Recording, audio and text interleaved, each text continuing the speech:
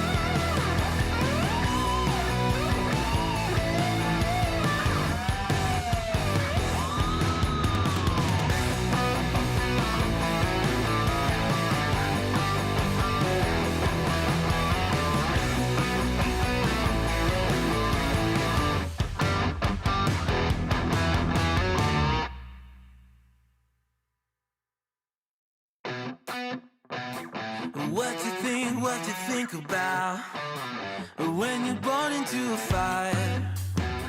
Let them burn it out. Sell them to the richest buyer. They wanna let the world decay. They tell us lies and fade away, fade away. We feel betrayed. We were raised to lose the race. Wake at the back of the pack, kill it anyway. Listen up now, because we're never dropping out. Beat the odds, beat the big house. Our brains are bigger than the doubt. We've been thinking for ourselves, never let the truth fade away. This is bigger than ourselves, we won't let the world burn away, burn away. We feel betrayed. We were raised to lose the race. Wake at the back of the pack, kill it anyway. To blame, haters face the world's mistakes. Wake at the back of the pack, kill it anyway. You already finished your Christmas shopping, huh?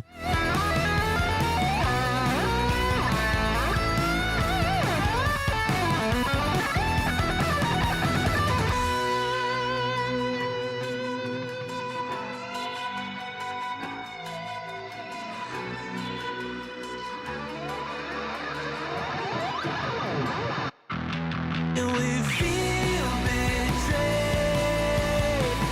We were raised to lose the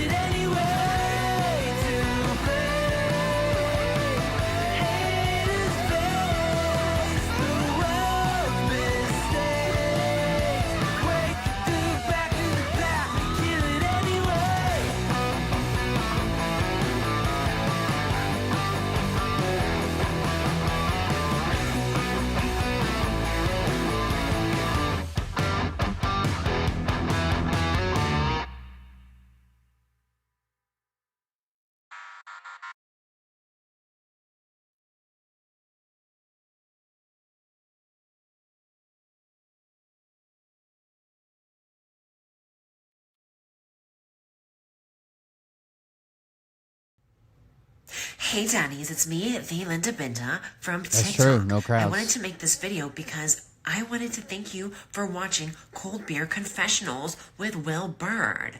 I think that's just incredible. I've watched a few episodes and I'm just like very intrigued. But you know what I'm most intrigued in is Big Daddy's meat stick. I heard that it's very thick, like a good old German sausage. You know, Linda and her coochie loves that. Oh, never mind. Let's not go there. Anyways, I hope you have a good show and enjoy it as you can. There's a lot of weird things that go on, especially when it comes from the realm of Linda Bindaland. So, enjoy the show. Thanks for watching. Peace out. Ooh, welcome everybody. I am Will Bird, and this is the Cold Beer Confessional. Thank you for joining us. Thank you for being here. Thanks for hanging out. Welcome. A little bit later than normal tonight. I got sucked down a rabbit hole, but that's okay. We're here. Yeah. Thank you for joining us. What's everybody doing today? December already, man. The time's fucking flown by, hasn't it? Jesus. December. Anyways, thank you guys for hanging out with me tonight. We got a couple things to go over. Christians under attack, of course. You called my name during last night's show. I did not. And if I did, you deserved it. Okay? Christians under attack in the United States. Okay? This isn't like a Somalia problem or a Middle East problem. In the United States. Oklahoma, of all places. Christians under attack. The video I was just watching, we actually haven't we haven't talked about Luigi Mangione in a while. Here's a good rundown of the fucked up case they got against Luigi Mangione. So if you don't know, he's been accused of being the healthcare CEO assassin, right? Everybody's like, oh, he's an assassin, blah, blah, blah, whatever. They didn't even know how to use a silencer with a pistol. But this is the guy they claim killed Luigi Mangione, fled, and then was arrested at McDonald's. Check out some of the issues they've got with this case. I kind of mentioned it a little bit, but this is out there. Right now, Luigi Mangione is back. Hold on, let me start it over. With his lawyers trying to get key evidence thrown out. And are the Miranda warnings in the room with us right now? Luigi Mangione is back in court this morning with his lawyers trying to get key evidence thrown out. And if they succeed, the prosecution is in trouble. Quick recap. Luigi is suspected of unaliving United Healthcare CEO Brian Thompson. Police officers received... The police have okay, there's so many issues with this case. Politicians ran on bringing this guy to justice, but he's innocent until proven guilty. The perp walk, right? They did a perp walk that they had no need for, other than to make him a parade piece, like, we got him, this is the guy, blah, blah, blah. He wasn't even being transported anywhere, right? They just perp walked him for no reason. Everybody's already acting like he's guilty. Everybody from the mayor, they've tainted the jury pool. There's no way that you can get a fucking, a non-biased jury pool. Like, they plastered his name everywhere, said this is the guy that did it. They basically already convicted him in the media, and politicians have already convicted him, right? So that's all fucked up.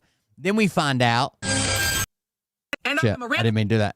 Then we find out that they didn't have a reason to search him. They didn't have a reason to hold him. They never read him his Miranda rights. They never told him, like, he was obviously in a situation where any reasonable person would feel like they're not free to leave. And then they started questioning him. No Miranda rights. And then they searched his bag. No search warrant. No probable cause. Like, it's just insane. Listen to this rundown, at least about the McDonald's police situation. Warnings in the room with us right now. Luigi Mangione is back in court this morning with his lawyers trying to get key evidence thrown out. And if they succeed, the prosecution is in trouble. Quick recap. Luigi is suspected of unaliving United Healthcare CEO Brian Thompson. Police officers received a tip that the suspect was at the McDonald's, and to the McDonald's they went. His lawyers say police pulled... A McDonald's employee called and said, I think the guy from the news is here.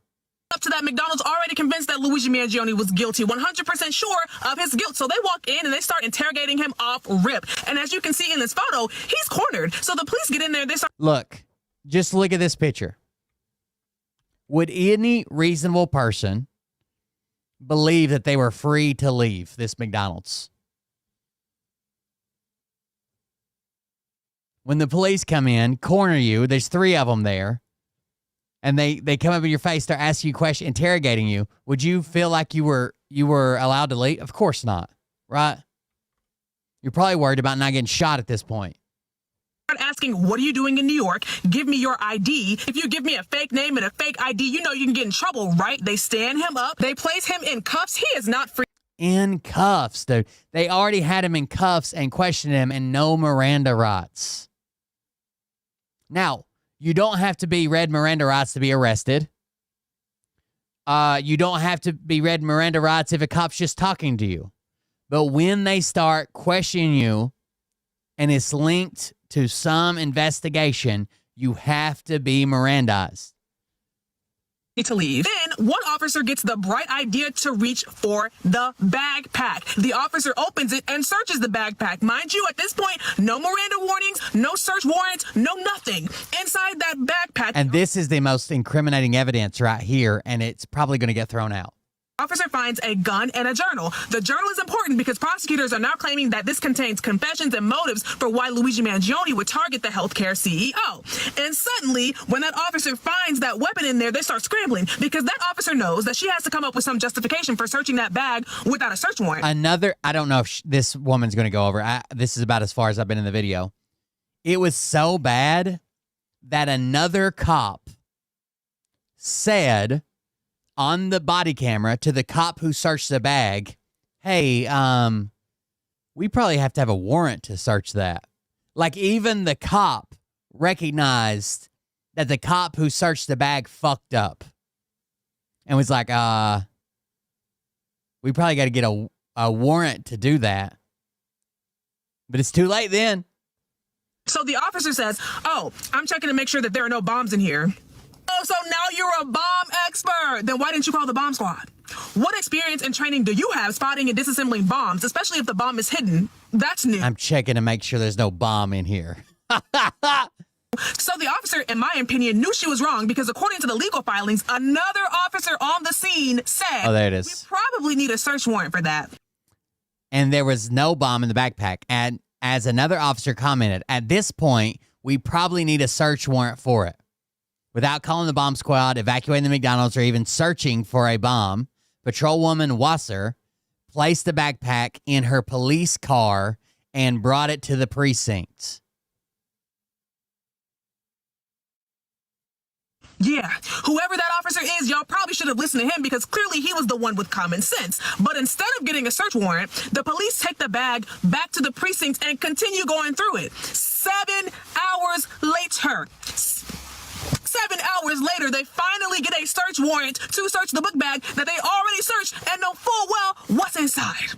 I've seen several seasons of Suits, and I don't think that's how this works. So, his lawyers, Luigi Mangione's lawyers, are arguing that the gun, the bag, and the journal at the very minimum need to be thrown out because the officers violated his constitutional rights. Honestly, this makes no sense. It is not that difficult to get a search warrant, particularly in a case like this, a national case. It probably would have taken them 30, 45 minutes. But because they did not do that, the whole prosecution is shaky. If that evidence is kicked out, the gun, the book bag, the journal, the alleged murder weapon is gone, the bag is gone, and the journal that prosecutors say is basically a confession is gone. And then all of the strongest evidence linking Luigi Mangione to the crime disappears, making the case a whole lot harder to prove. I'll keep you updated on what the judge says. And are the Miranda warnings in the room with us right now? Pretty fucking insane, right? Like, they fucked this case up so bad. And that's just the police interaction. Like I said, like, prosecutors have fucked it up. Mayors have fucked it up. The media has fucked it up. Other politicians have fucked it up. Everybody's already trying to say, even Trump weighed in on it and assumed this guy's already guilty. That's not how our legal system works. Anyways, we also have this little clip that I thought was good. Who were clinging presumably to. All right, so they're asking the press secretary about the survivors clinging to clinging to the side of the boat. What imminent threat would two survivors pose who were clinging presumably to the wreckage of that boat? Again, as I said, I think you guys are sort of not listening fully to the statement I've provided. Admiral Bradley worked well within his authority and the law, directing the engagement to ensure the boat was totally destroyed and the threat to the narco-terrorists, to the United States, was eliminated. And for any further questions about his thinking, I would defer you to the Department of War. We literally just executed two totally defenseless people in the middle of an ocean clinging to a piece of wood. And if I say that publicly, we are all going to prison. I'm going to read off Article 1 of the Geneva Convention. Members of armed forces who are wounded or shipwrecked shall be respected and protected in all circumstances. Additionally, I'm going to read you the law of armed conflict. You may not. I did hear a really interesting take, and I believe it to be true. There is no authorization for use of military force, AUMF, right? We should not be calling Hegseth a war criminal, okay? Because in the justification, when you say war criminal, you're automatically justifying that we're at war and the violence against these people may have been authorized under the law of war, right? Instead, he's a murderer, right? He just committed murder against civilians, or at least conspiracy to commit murder. Kill an enemy who is incapacitated or otherwise not posing a threat. Now, I know some people are like, well, what about the helicopter pilots in Iraq or Afghanistan? And that's a fair argument, but they are actually well within the rules of engagement. After a helicopter strikes a group and then they all scatter and that helicopter hunts them down, those people who are running away, they have the means to evade. And they still have hostile intent, hostile posture, and there is still a reasonable belief of a threat. At sea, when you blow up a vessel, those people have no vessel, no weapon, no operational capacity, no means to evade, and they have no means to threaten the attacker. So no matter what way you slice this pie, this is a war crime. Two people were executed in the middle of the ocean. It's not even an argument. Now, we can argue, are we a nation that executes people? I don't think that we are, and I don't think that we ever want to be. I think that that is the antithesis to what America stands for. Hey, real quick, you got 2 days and you're never going to see these shirts again. We got Santifa and we got Santa reading off the Epstein list. 20% of profits goes to pediatric brain cancer research. Links in the link tree in my bio. 2 days, baby.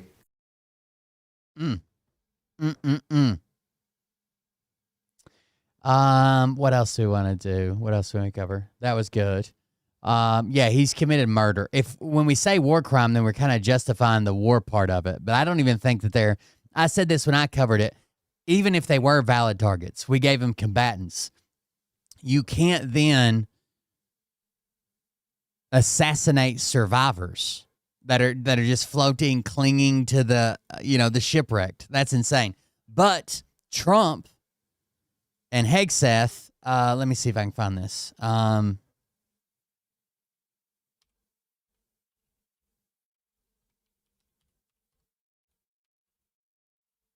They're already passing blame. If you listen between the lines, they're already passing blame onto the admiral. Throws Admiral Bradley under the bus. Regarding Venezuela, the president said yesterday that Secretary Hegseth had denied that second strike, the reported second strike on an alleged drug boat on September 2nd. The secretary said to the president that didn't happen. But to clarify, I just wanted you to hear this. Trump said, this was Trump's words. He said, well, I guess I could show you.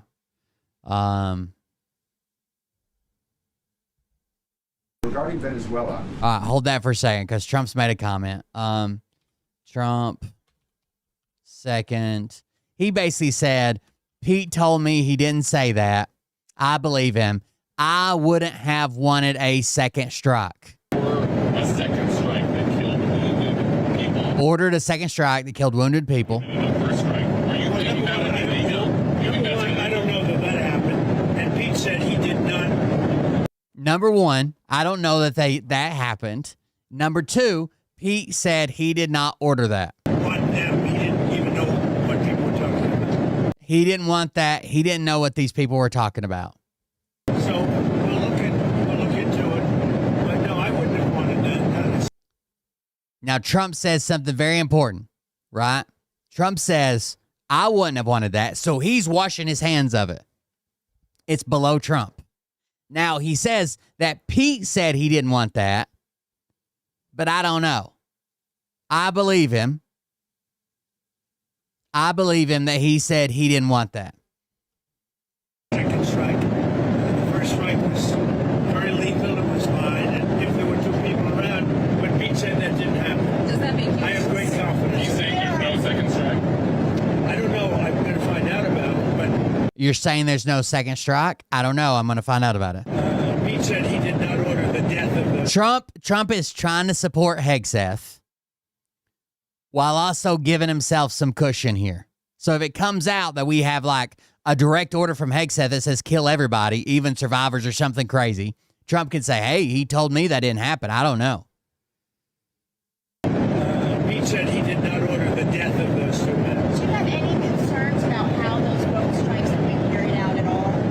Very little, because you can see the boats, you can see the drugs in the boats, and each boat is responsible for killing 25,000 Americans. So, and they're doing an amazing job. They're still pushing this. It's fentanyl. Fentanyl kills this many people by this amount, or could kill this many people, blah, blah, blah, all that shit. That just isn't true. Fentanyl doesn't come from Venezuela. It isn't most drugs to the U.S. don't come from Venezuela. Venezuela, if anything, they transport drugs to Europe, and Europe won't even fuck with us on the intelligence, right? So back to this.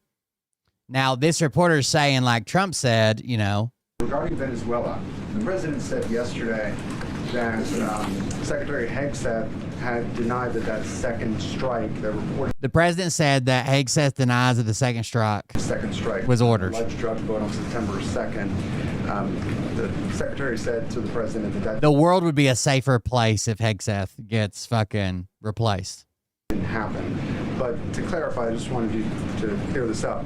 In his social media post, Secretary Hegseth didn't go into details about that strike. He just said U.S. operations in the area were lawful, and he said that the story and media reports were fabricated. So to be clear, does the administration deny that second strike happened, or did it happen and the administration denies that Secretary Hegseth gave the order?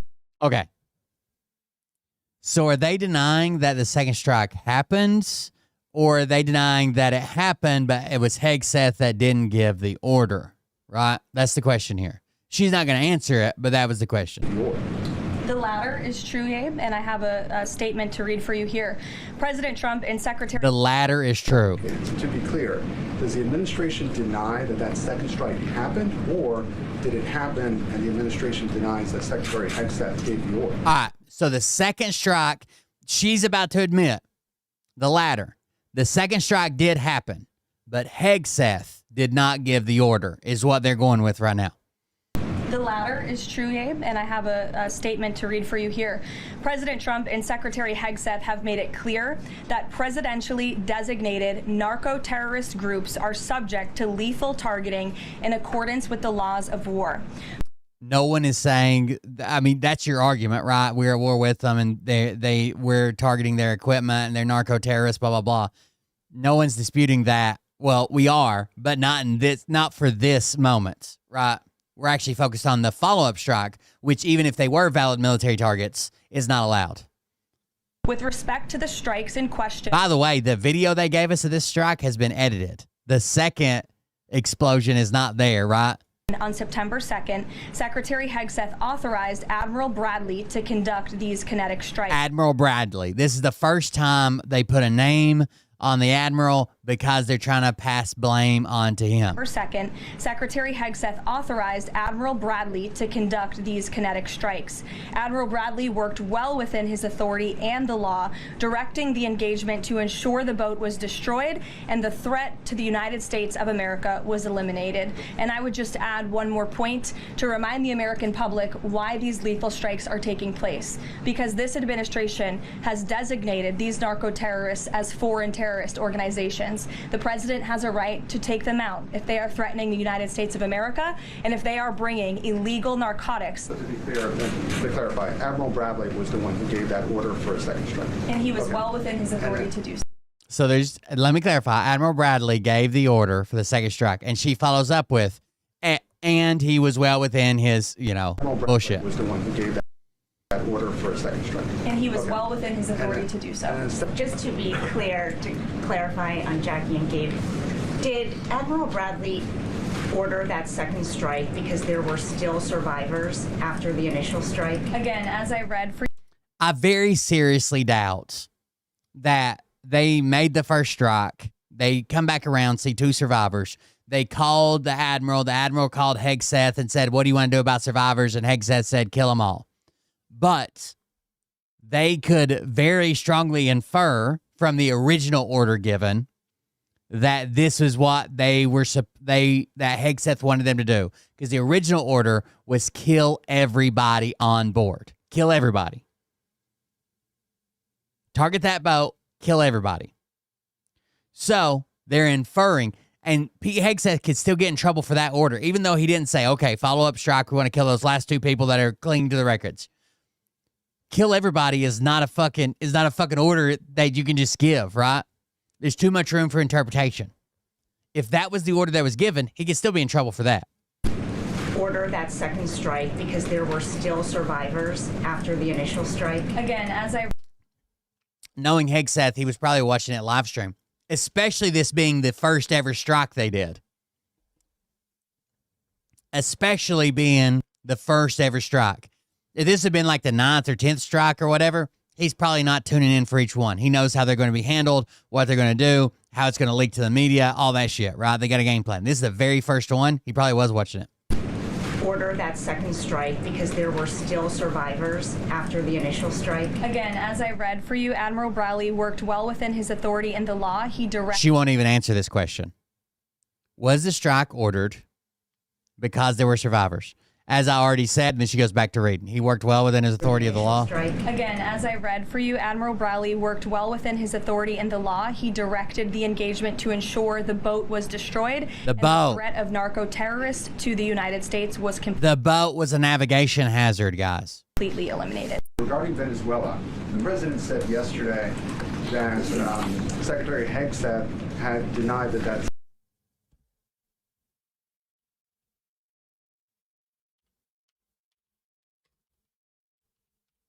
They're getting somebody to throw under the bus, right? Throw as many people under the bus as you can before it gets to you. We now know the senior commander who ordered the second strike on suspected drug boats in the Caribbean is Admiral Frank Mitch Bradley, the newest leader of United States Special Operations. You know who isn't under the bus right now? Halsey. Admiral Halsey, who fucking resigned and washed his hands of this after he questioned the legality of it and he was told to shut the fuck up.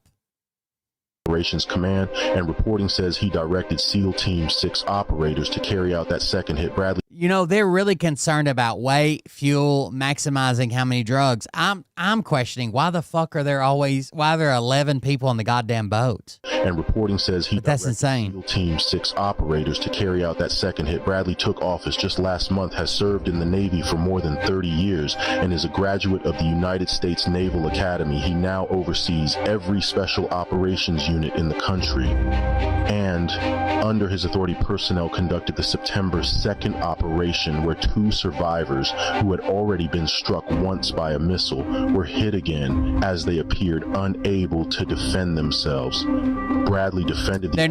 This isn't the guy's replacement. So Halsey was the Southcom commander, and Bradley is the SOCOM commander. by saying those survivors could have summoned reinforcements to recover their cargo, and the campaign has since expanded into a series of strikes that officials say have killed more. Damn, that's like an AI video. We have some major news tonight. Pete Hegseth is setting up a lower level admiral to take the fall for the war crimes in the Southern Caribbean. And it's never been more clear until this moment. Pete Hegseth just tweeted out, quote, "Let's make one thing crystal clear. Admiral Mitch Bradley is an American hero, a true professional, and has my 100% support. Now get this. I stand by him and the combat decisions he has made on the September 2nd mission and all others since. America is fortunate to have such men protecting us. When this Department of War says we have the back of our warriors, we mean it." He essentially is now saying that the decision to double tap, strike twice the boat in the Southern Caribbean was Admiral Bradley's and Admiral Bradley's only, not Pete Hegseth's, not anyone else's. Again, that could be true, but if he was working under the information that he had that the orders were to kill everybody, Admiral Bradley under the bus this evening. Spread the word. Full updates on my Substack coming soon. Linked in bio, so subscribe for free. Follow along, stay up to date. both sides of Congress have decided they're going to investigate this. We should get to the bottom of it, hopefully. I watched one of this guy's videos the other day. I kind of liked it. Admiral Frank Mitch Bradley was nominated by Donald Trump to become the commander of U.S. Special Operations Command. On June 3rd, he was confirmed by the Senate. On August 1st, all of this year, he replaced Army General Fenton in October. But prior to that, he was commander of JSOC, which is the Joint Special Operations Command, which is a subordinate command underneath Special Operations Command, which Fenton was running. So he was in JSOC when the alleged double tap incident happened. He was not in charge of Special Operations Command, but he did get promoted the next month. And this was scheduled, and he took over for Fenton with Chairman Joint Chiefs of Staff Kane there presiding over the ceremony. The chain of command in that event could very well have been Secretary of Defense Hegseth straight to JSOC, which it would have been Bradley at the time, and then down to the leader of SEAL Team 6. Fenton may have been skipped altogether. It's possible he may be one of the sources that is notifying folks that there were illegal orders given, but he may have been skipped altogether. So I imagine that his name will pop up as well as Army General Fenton, who served 38 years before he retired. It'll be interesting to see if he was involved at all. The SEAL Team 6 is a weird animal. It is a primary tool that is used by the President and the Secretary of Defense. It does skip a lot of usual chain of command, if you will, where directives can be given almost point to point, but it appears that at least Hegseth, as Secretary of Defense, Bradley as commander of the Joint Special Operations Command, JSOC, you'll hear that. And then whoever was the commander of SEAL Team 6 and whoever pulled the trigger on that strike will be the points of interest, the folks of interest. So just a little background knowledge on the situation. This will come up a lot more. Again, Admiral Halsey decided to step down in October after this event. He's in charge of Southcom, which is the region, as a regional command. So we'll be seeing a lot more about this, but look for Army General Fenton's name as well, because he was in charge of SOCOM, and in normal times, he would have been involved in that chain of command and giving those orders. In a situation like this, it's very possible that Hegseth allegedly could have given the order straight to JSOC, and then Bradley. I can't remember what video of his I watched. I want to say he was like sitting in that same room.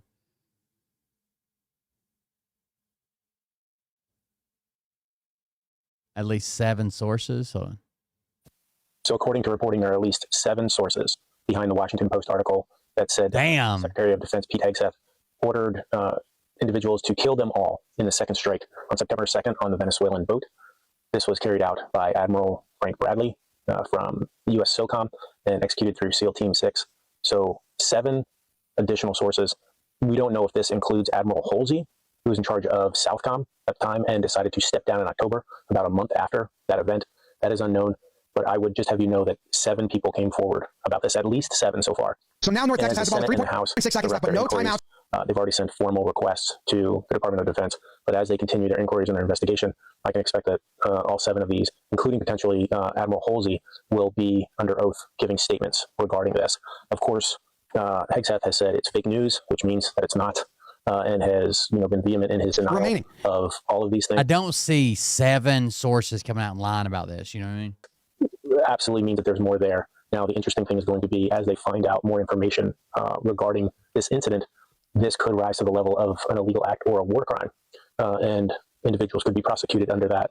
We'll see. This will be one of many things that is kind of put in the spotlight, hopefully in December, starting tomorrow, and will add to all of the things that are going on in this administration, to include Epstein, to include passing Russian wish lists as peace plans, all of that. But this is going to reach a point of visibility for sure. This could come into Hegseth lying under oath, especially if there's multiple sources regarding this order to kill the two survivors of the first strike on that boat. It will also bring into question the lack of transparency that has been taking place with all the Southcom operations. So a lot more to follow, but at least 7 sources right now who are confirming Hegseth said kill them all. And that was in regards to 2 survivors. That is a Geneva Convention issue right there and would break international law. So we'll see where that goes. Another thing to watch is as the number one, defense official in charge of the military, Trump, it will be interesting to see as more and more information comes out about Hegseth if Trump says he had no idea what was happening. And this could be an opportunity where he cuts Hegseth loose to save his own ass. Because if he defends Hegseth, then the buck stops at him, right? I expect to see Bradley under oath. I expect to see Halsey under oath. I expect to see Hegseth under oath. But Trump, your loyalty and your benefit to Trump only goes so far. And then at some point he will cut you loose to save his own ass. So we could be witnessing steps towards the removal or the resignation of Hegseth for this. Even with this story all over the news and knowing that politicians probably had a heads up this was coming out, Trump's still posting about the Congress people that told people, you don't have to follow illegal orders. Like, bro, read the room. This is one of a number of cabinet members that are currently having a lot of issues. Wen is having issues with. Just gifted 1 subs. Thank you for the gifted subs. I appreciate it.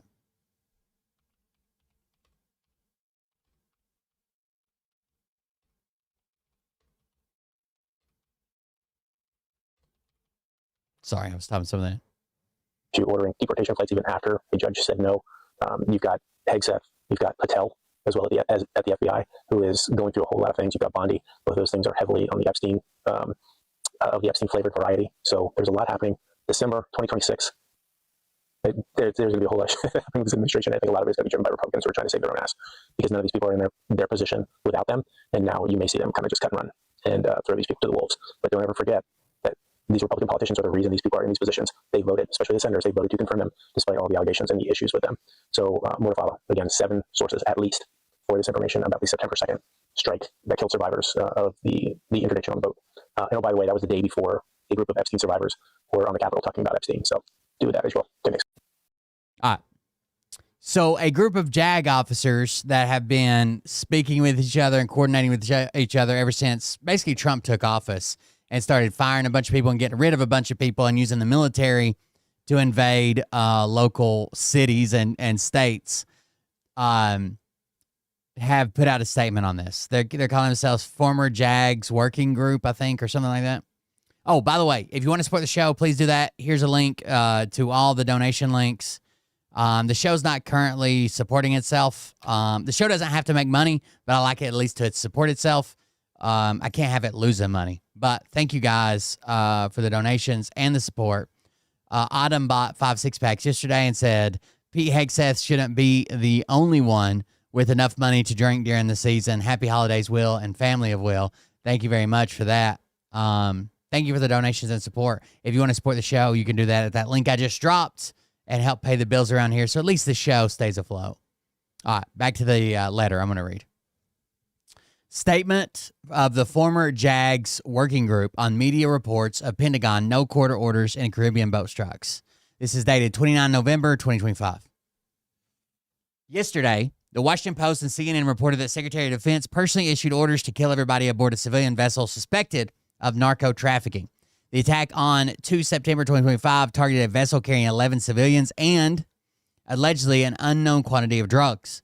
The first strike resulted in near total destruction of the vessel. However, 2 survivors were apparently observed via surveillance video clinging to wreckage, whereupon the commander directing the operation ordered a second strike. The second strike killed both survivors. The former JAGS Working Group unanimously considers both the giving and the execution of these orders, if true, to constitute war crimes, murder, or both. Our group was established in February 2025 in response to SecDef's firing of the Army and Air Force Judge Advocates General and his systematic dismantling of the military's legal guardrails. Had those guardrails been in place, we are confident they would have prevented these crimes. If the U.S. military operation to interdict and destroy suspected narco-trafficking vessels is a non-international armed conflict, as the Trump administration suggests, so if this is basically war, as the administration suggests, thank you for the follow. I saw it pop up. Orders to kill everybody, in quotes, which can reasonably be regarded as an order to give no quarter. Like you hear that on pirate movies and movies about older wars, give no quarter. That just means we're not taking any prisoners. As an order to give no quarter and to double tap a target in order to kill survivors are clearly illegal under international law. In short, that would be a war crime. If the U.S. military operation is not an armed conflict of any kind, these orders to kill helpless civilians clinging to the wreckage of a vessel our military destroyed would subject everyone from the SecDef down to the individual who pulled the trigger to prosecution under U.S. law for murder. So everybody from, if the story is just true, not if Hegseth, saw there were survivors on the live stream, and just if he gave the original order was as reported to kill everybody, then everybody from Hegseth all the way to the guy who pulled the fucking trigger could be prosecuted under U.S. law for murder. How is it a war crime if you aren't at war? Well, they just explained that. Trump's argument is that it's a non-international armed conflict. That doesn't seem to hold weight with a lot of people, but even if that were true, it would be a war crime. If that's not true, and we're not in non-international armed conflict, then it is murder. We call upon Congress to investigate and the American people to oppose any use of the U.S. military that involves the international targeting of anyone, enemy combatants, non-combatants, or civilians, rendered or de combat, which is out of the fight, as a result of their wounds or the destruction of the ship or aircraft carrying them. It'd kind of be the same as if, like, we had a pilot eject and people are fucking shooting them out of the air, right? We also advise our fellow citizens that orders like those described above are the kind of patently illegal orders all military members have a duty to disobey. So they're given the same warning that the congressmen and women gave in their commercial. These are the kind of orders that all military members have a duty to disobey. Since orders to kill survivors of an attack at sea are patently illegal, anyone who issues or follows such orders can and should be prosecuted for war crimes, murder, or both. Background. The acts reported a summary. Regardless of whether the U.S. is involved in an armed conflict, law enforcement operations, or any other application of military force, international and domestic U.S. law prohibit the intentional targeting of defenseless persons. If the Washington Post and CNN reports are true, the two survivors of the 2 September 2025 U.S. attack against a vessel carrying 11 persons were rendered unable to continue their mission when U.S. military forces significantly damaged the vessel carrying them. Under such circumstances, not only does international law prohibit targeting these survivors, but it also requires the attacking force to protect, rescue, and if applicable, treat them as prisoners of war. Violations of these obligations are war crimes, murder, or both. There are no other options. Operational Law Primer. Applicable International Humanitarian Law, IHL. The United States has publicly described the narco-trafficker attacks as non-international armed conflicts because our enemy is an international terrorist organization rather than a sovereign state or a country. As such, the full scope of international law generally applicable to armed conflict does not necessarily apply to this conflict. Common Article 3 of the Geneva Convention states, the main body of IHL applicable to non-international armed conflicts is a subset of the Geneva Conventions. That is applicable to all international armed conflicts. the relevant provisions of CA3 in their relevant part as follows. In the case of armed conflicts not of international character occurring in the territory of one of the high contracting parties, each party to the conflict shall be bound to apply, as a minimum, the following provisions. 1. Persons taking no active part in hostilities, including members of the armed forces who have laid down their arms, and those placed out of the fight or day combat by sickness, wounds, detention, or any other cause, shall in all circumstances be treated humanely, without any adverse distinction founded on race, color, religion, or faith, sex, birth, or wealth, or any other similar criteria. To this end, the following acts shall remain prohibited at any time and in any place whatsoever with respect to the above-mentioned people. So anybody out of combat, you have to do these things. These things are prohibited. I'm sorry. These things are prohibited. A, violence to life and person, in particular, murder of all kinds, mutilation, cruel treatment, and torture. B, taking of hostages. C, outrages upon personal dignity, in particular, humiliating and degrading treatment. D, the passing of sentences and carrying out of executions without previous judgment pronounced by a regular constituted court, affording all the judicial guarantees which are recognized as indispensable by civilized people. 2, the wounded and sick shall be collected and cared for. The wounded and or sick shall be collected and cared for. It should also be noted that wounded or sick or shipwrecked persons and members of crews of the Merchant Marine and are considered protected persons under Article 12 and 13, respectively, of the Second Geneva Convention. In essence, the Geneva Conventions and other long-standing international maritime law prohibits U.S. forces from doing anything to survivors of the military attack that destroys the vessel or aircraft carrying them other than rescuing them. That's the only thing they're allowed to do is rescue them. They certainly prohibit U.S. forces from killing them. While violations of the IHL rising to the level of war crimes could be prosecuted by an international tribunal, domestic U.S. law, which is 18 U.S.C. 2441, war crimes subjects U.S. citizens to criminal prosecution for war crimes. U.S. courts have jurisdiction over such offenses regardless of where they committed if the offender is a U.S. national or member of the U.S. Armed Forces, and the crime constitutes, inter alia, a grave breach of common Article 3. So even though this can technically be tried, might have to be brought up by an international court, and we could say, fuck you, we're not going to international court, right? It doesn't matter. U.S. courts are supposed to take this up. If you're a U.S. citizen or a member of the armed forces or a U.S. national or citizen.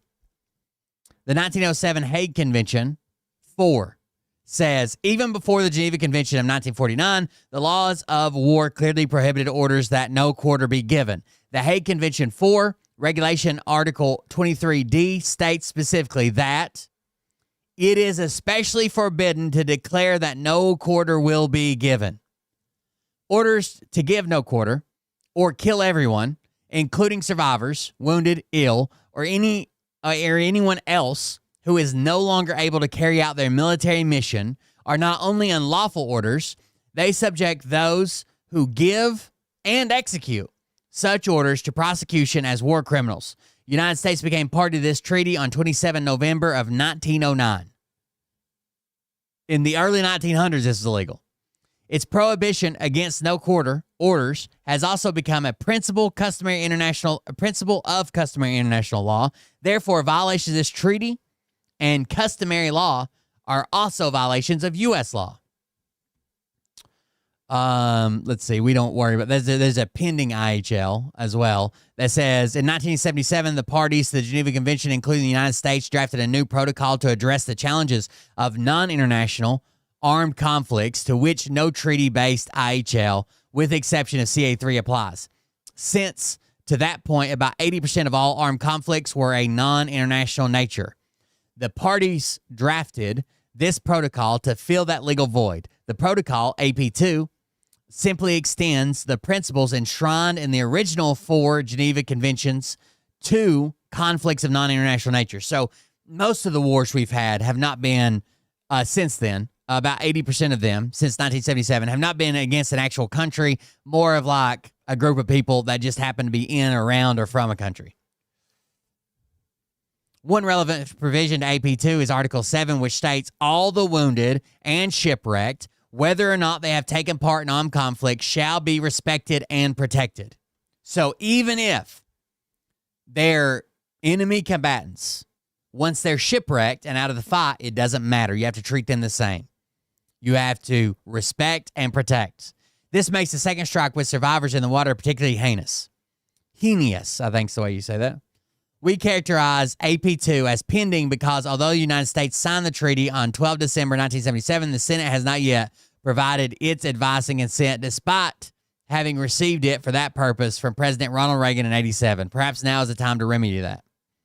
Notwithstanding the fact that AP2 has not yet achieved the status of U.S. law, the United States has for many years adhered to the principle that U.S. military practice is already consistent with additional Protocol 2 provisions subject to certain proposed reservations, understanding, and declarations. Furthermore, the United States has stated that, as a matter of policy, it routinely imposes heightened standards on its forces that are more protective of civilians than required under international humanitarian law. This is why Donald Trump has no issue with what Russia's doing in Ukraine, because he doesn't give a fuck. Kill everybody, right? He said so much about the Middle East. We believe that under all these circumstances, particularly the gross violations of international law reported yesterday, the Senate must immediately take up the matter of AP2 advice and consent. Applicable U.S. law. Given the executing no quarter orders subjects individuals to either U.S. criminal statutes or the Uniform Code of Military Justice. 18 U.S.C. 111, murder. So we all know what murder is. Murder is the unlawful killing of a human being with malice aforethought. Civilian personnel who issued and executed orders to kill any human being can be prosecuted for murder unless a defense applies. The Nuremberg War Crime Tribunals established as a matter of customary international law that superior orders are not a defense to war crimes. You can't say I was ordered to do it. 18 U.S.C. 2441, war crimes. See discussion above. UCMJ Article 118 or 10 U.S.C. 918, murder, substantively similar to the federal murder statute applicable to civilians. UCMJ Article 118 provides that anyone who unlawfully kills a human being is guilty of murder. A great deal has been written lately about the notion that superior orders may provide a defense to certain military offenses. Military law does provide a superior orders defense, and it says this: it is a defense to any offense that the accused was acting pursuant to orders, unless the accused knew the orders to be unlawful or a person of ordinary sense and understanding would have known the orders to be unlawful. So UCMJ does provide a thing like, hey, I was just following orders. Unless so this helps in the situation where a normal person wouldn't know that this weird order that no one ever talks about in a weird situation wasn't illegal or was illegal, right? But everybody knows that murdering survivors is illegal. Another part of the manual for the courts-martial puts it in slightly different but equally compelling way. An order requiring the performance of military duty or acts may be inferred to be lawful, and it is disobeyed at the peril of the subordinates. So if you're going to, most orders should be inferred to be lawful. If it's disobeyed, it's at your own peril. This inference does not apply to patently illegal orders, such as one that directs the commission of a crime. So there you go. Again, the bottom line is that since orders to kill survivors of an attack at sea are patently illegal, anyone who issues or follows such orders can and should be prosecuted for war crimes or murder or both. That's what the former JAG had to say about this. A large group of former JAG officers. Doesn't sound good for old Hegseth, I suppose. But who knows? Maybe we're all just wrong.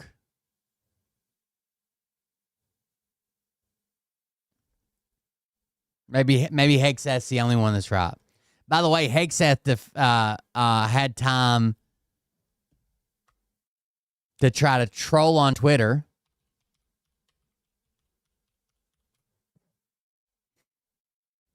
While trying to defend this, he was on Twitter trolling with the children's character, the turtle Franklin. Defense now. This is a real post from the United States Secretary of Defense now mocking, striking individuals in the Southern Caribbean, using Franklin to mock war crimes, or rather, I should say possible war crimes if the Washington Post story is confirmed. Title for your Christmas list: a classic Franklin story, Franklin targets narco-terrorists. And then you have Franklin from a helicopter with what appears to be a bazooka of some sort, targeting so-called narco-terrorists in boats off the coast of, I'm assuming that's I think there was like 160 some Nazi officers that were convicted at Nuremberg.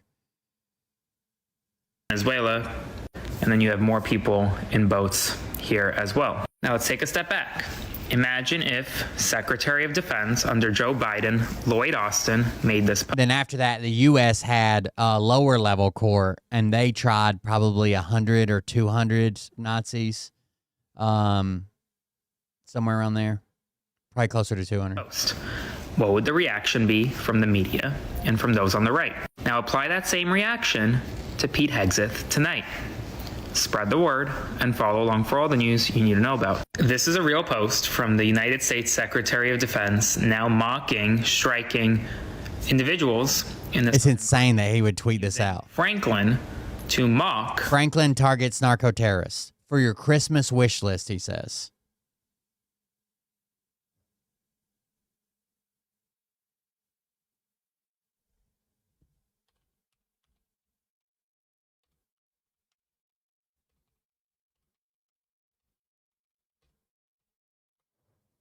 Insane.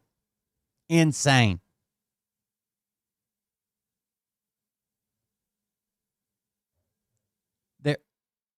What are you talking about? There were like 6,000 fucking Japanese soldiers that were tried for war crimes.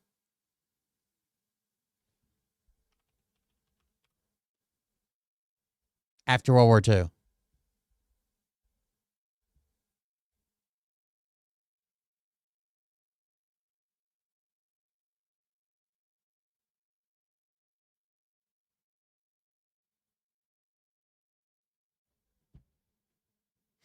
There were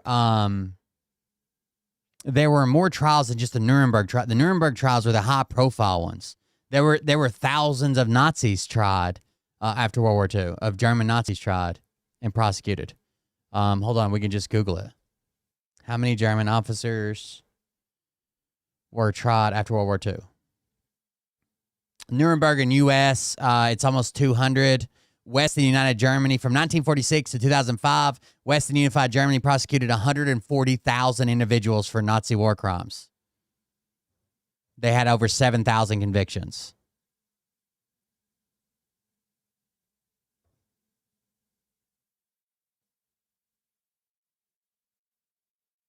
The Nuremberg, literally, it's called the Nuremberg defense. The Nuremberg trials set the precedent that accepting orders from a higher ranking individual is not a valid defense. If you're just going to keep moving the fucking goalpost, I don't know what to tell you. None of them were tried. Well, here's a couple hundred that were tried through Nuremberg and the United States.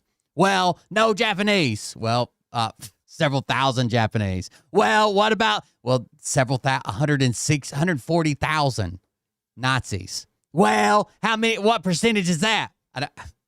Fucking take the goalpost and leave with it, I guess.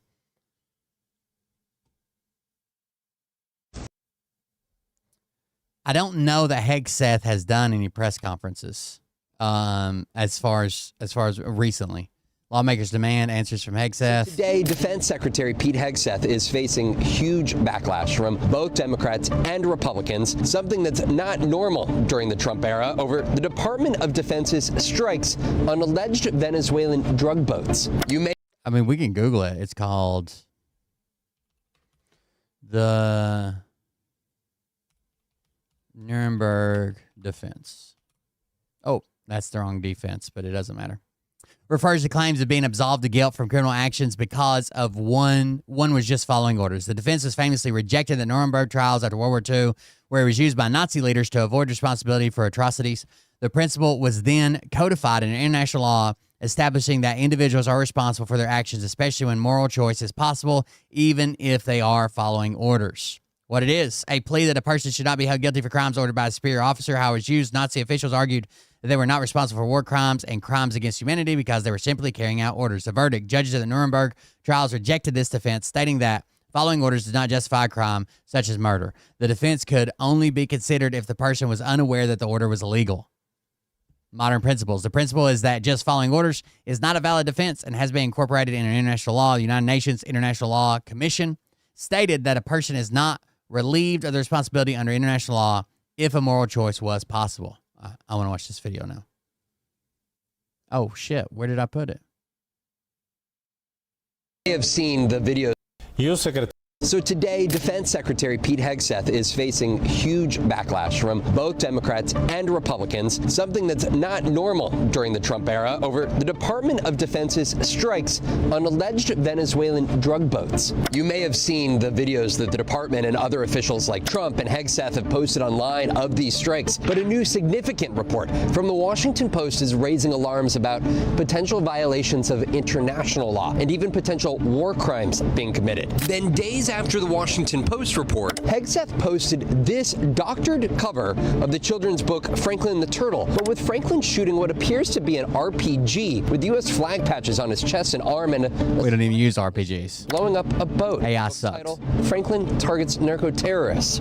Let's back up for a second, though. The Washington Post reported over the weekend that Hegseth ordered a U.S. strike force to, quote, kill everybody on board one vessel in September, and when 2 survivors were seen in the wreckage, commanders allegedly launched a second, quote, double tap strike to kill them too. Hegseth called it, quote, more fabricated, inflammatory, and derogatory reporting to discredit our incredible warriors fighting to protect the homeland. And President Trump said this. I don't know. I'm going to find out about it, but Pete said he did not order the death of those 2 men. But the U.S. military has acknowledged 21 strikes now on alleged drug boats, strikes that have killed more than 80. The Pentagon, though, has not provided extensive evidence defending. I think they knew it was fucked up, and that's why they didn't do it the next time, right? They rendered aid the next time. Strikes or information on all those killed, and the backlash is intensifying. Congresswoman Sarah Jacobs responded, writing, quote, I fixed it for you, and crossed out Hegseth's title and replaced it with Franklin is a war criminal. And this is Senator Chris Van Hollen. I think it's very possible there was a war crime committed. And Republican Roger Wicker, the chairman of the Senate Armed Services Committee, wrote in a statement with Democratic Senator Jack Reed that their committee will be conducting vigorous oversight to determine facts related to these circumstances. There are a lot of questions for this White House and Pentagon in the hours ahead.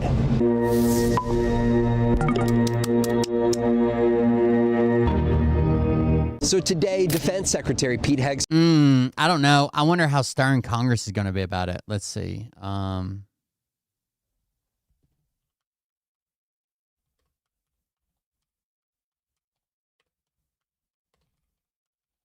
Left and right have been calling for investigations, which is good. At least we know there's some type of line here. I saw an interview of someone. I don't remember who it was. I remember it said Kane at the bottom, but that was like the because I thought it was a Democrat, but it's actually a Republican. I can't remember who the fuck it was though. It doesn't matter. I want to see this one.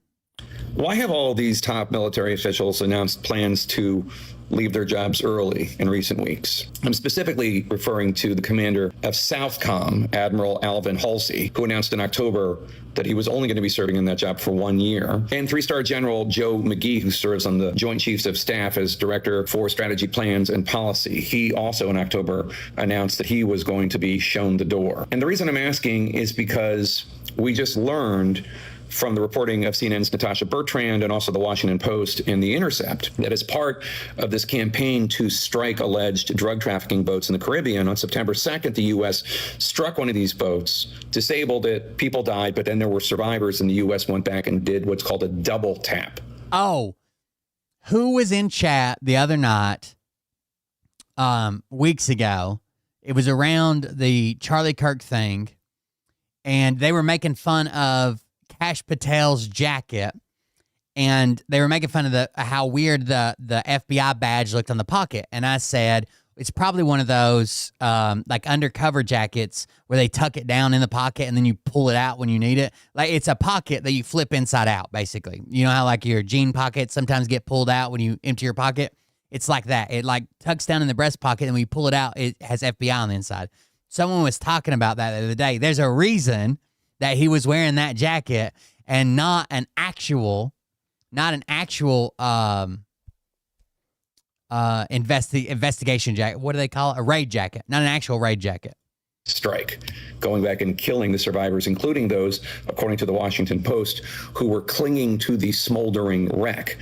And the Post reports, according to two sources familiar with the operation, that Hegseth had given the order to kill everybody, which is why the double tap. Now, the Pentagon disputes. Runny eggs is fine. Saying that the entire narrative is completely false, but they haven't offered any specifics about what's false.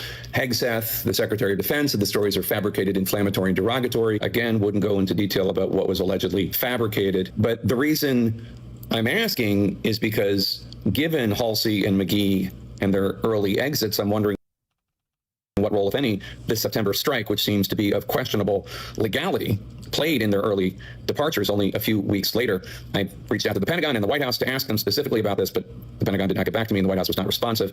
When McGee left, CNN reported that one of the issues of friction between him and Hegseth had to do with operations, including those in the Caribbean. And specifically when Halsey left, CNN's Pentagon reporters noted that, quote, tensions had been simmering between Hegseth and Halsey for weeks before the Admiral announced he was leaving, and that Southcom was concerned about the operations in the Caribbean, quote, not being lawful.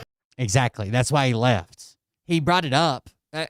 Here's what it sounds like happened. I can't 100% verify this. It sounds like he had a meeting with Hegseth and other leaders, military leaders, and he brought up the legality of these strikes. He was met with some type of backlash after that, and he said, okay, well then I'm going to go ahead and retire. He's only been in that post for less than a year. I think at the time he retired, I think he made it a little over a year by the time he's not even retired yet. He's leaving at the end of December. He'll be in there for a little bit. And usually that's like a 7-10 year stint. It's not typical for somebody to leave within a year or less than 5 years.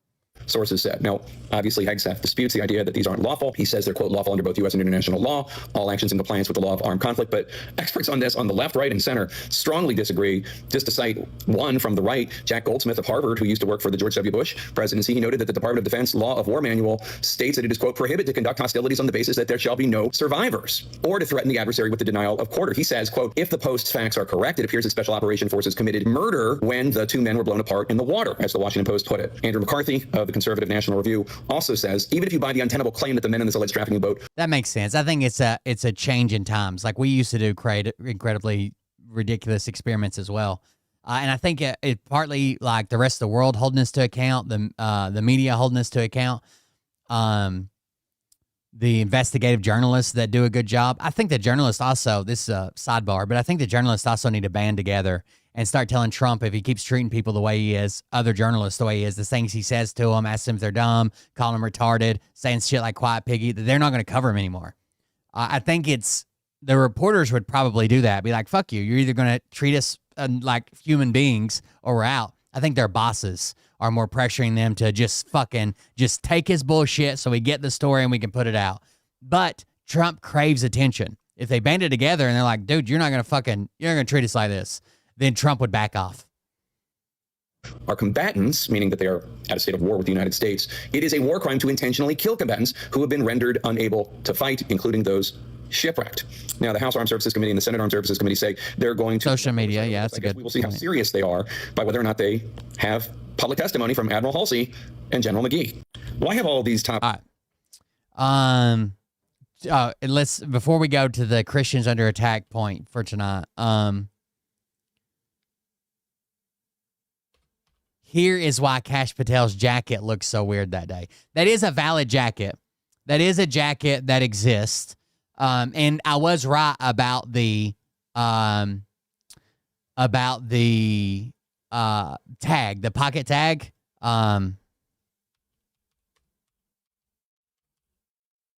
It is like a basically an undercover. It's not really undercover. You can still tell it's FBI colors. It's FBI cut. It looks like an FBI guy, but it blends in more than having the tags on it, right? It has two Velcro areas, and it has a pocket you turn inside out that gives you basically an FBI little tags once you're on a crime scene or whatever. It blends in more than like shit that says FBI all over it, but it's not an undercover jacket. I don't know what you would call it. But yeah, it draws less attention. Then this happens. This is why he was in such a weird jacket and weird patches and shit. Check this out. All right, we have an insane story breaking about FBI Director Kash Patel. It is a women's medium. The end of he refused to get off the plane until they brought him a jacket. And they're like, what size do you wear? All these agents surrounding him, all these manly men agents, not fucking cross-eyed talking about Valhalla or whatever. They're like, what size do you wear? You can have my jacket. And he's like, I wear a medium. And they're like, we're all large and extra large, sir. And he's like, you're going to have to find. So they went and robbed the jacket off a woman. Of his tenure as the FBI director, who clearly always in over his head. Dude, I would retire from embarrassment. I would retire from fucking embarrassment. If they're like, well, we're actually able to find actually our smallest female agent on site actually wears your size, sir. A 115-page report put together by FBI officials details how the FBI is completely rudderless, that's their quote, completely rudderless, and all effed up under Kash Patel's leadership. Honestly, this only vindicates what we've been saying on this channel. It confirms our deepest suspicions about Kash Patel being rather arrogant, in over his head, maybe not technically like an evil person, but he's somebody who's always walking around with these big wide eyes like he's hoping nobody asks him what the hell is going on, even though he's the person in charge. There is also this report of Kash Patel basically throwing a tantrum while he was on the ground investigating Charlie Kirk's death. After Charlie Kirk was killed, he flew to Utah Valley University and he threw a fit over the clothes that he was wearing. We're going to get to all of this in just 1 second. But before we do, make sure you drop a like. Double check to make sure you're subscribed to the Adam Mockler feed. We're going to be covering this all day. Relentless breaking news throughout the holidays and beyond. So just to back up, Kash Patel has not had a good first 10 months as the FBI director. This reads, FBI Director Kash Patel has 1, prematurely announced the FBI thwarted a potential terror attack, allowing the suspect to flee. This happened a few months ago. We covered this. 2, falsely claimed Charlie Kirk's suspected killer was in custody when he wasn't. He actually did this 2 times. 2 separate people saying, we have the killer, he's in custody. And then he had to walk back that statement and retract it. He is over-indexing on social media announcements, so much so that it is hurting his ability to conduct his job as the FBI director. He then says, announced full-force manhunt for National Guard attacker when the murderer was in custody. So he did the same, he reversed his Charlie Kirk mistake. When the killer was actually in custody this time, he said that there was a full-force manhunt. They were going to expel all resources necessary. So this shows you how Kash Patel is always walking around incredibly in over his head, but while he's botching investigation after investigation and running defense for the Epstein files not being released, also it's important to understand that Kash Patel has been using our taxpayer dollars to basically just get laid. He's been flying his girlfriend around on government jets, like they are private jets that they can just use for their lavish vacations. He gave his girlfriend security in the form of a SWAT team. Listen, if you want to have security as the FBI director and as your girlfriend, I don't even care, but he's expelling resources like SWAT teams to impress his girlfriend. FBI Director Kash Patel has therefore attracted a lot of negative headlines. And just gifted 1 subs. Thank you for the gifted sub. I appreciate it. There was a report last week that Trump was thinking about firing FBI Director Kash Patel. What's up, executive? The White House came out and said this report was false, but it seems like the more information we get, he is causing a lot of problems. Remember this. In response to earlier reporting about his use of government planes, an FBI spokesperson told the Wall Street Journal that Mr. Patel had taken about 12 personal trips since becoming director. By comparison, during a 4-year period, Mr. Mueller, who was known for a grinding work ethic, only took 10 flights out of nearly 300 that required reimbursement. Kash Patel has already beaten that in what? 10 months. In late August, Mr. Patel flew on a government jet from the Washington area to an airport in Scotland. The destination was an exclusive golf resort for a getaway with friends, including former Navy SEALs. All right, you guys get the idea. Kash Patel is a terrible FBI director. This brings us on to his tantrum surrounding the Charlie Kirk assassination. According to a new report from active duty and retired FBI agents, there was a bit of an issue when Patel arrived at Provo in the aftermath of the Kirk assassination. He would not leave the plane without an FBI raid jacket, so they found He would not leave the plane without an FBI raid jacket. So his good friend Charlie Kirk, dad, he's there to respond. He would not leave the plane without a raid jacket.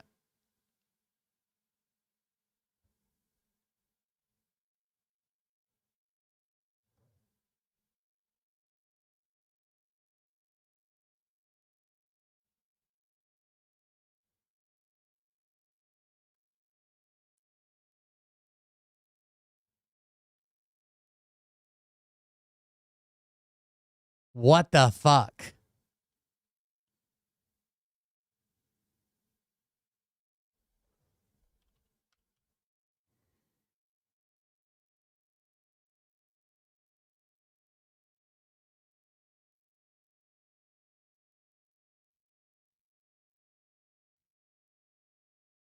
This is insane.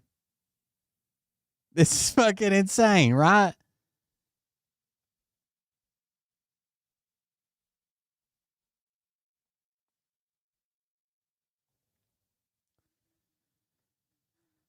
Oh, let's see. 3, the search for page 27. Sorry, I'm looking up a document here.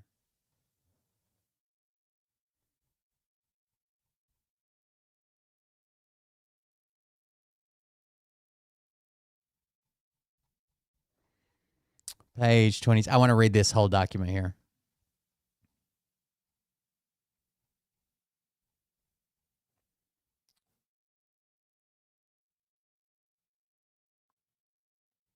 This is it, right? Yes, 27, 28. The search for a medium-sized FBI raid jacket.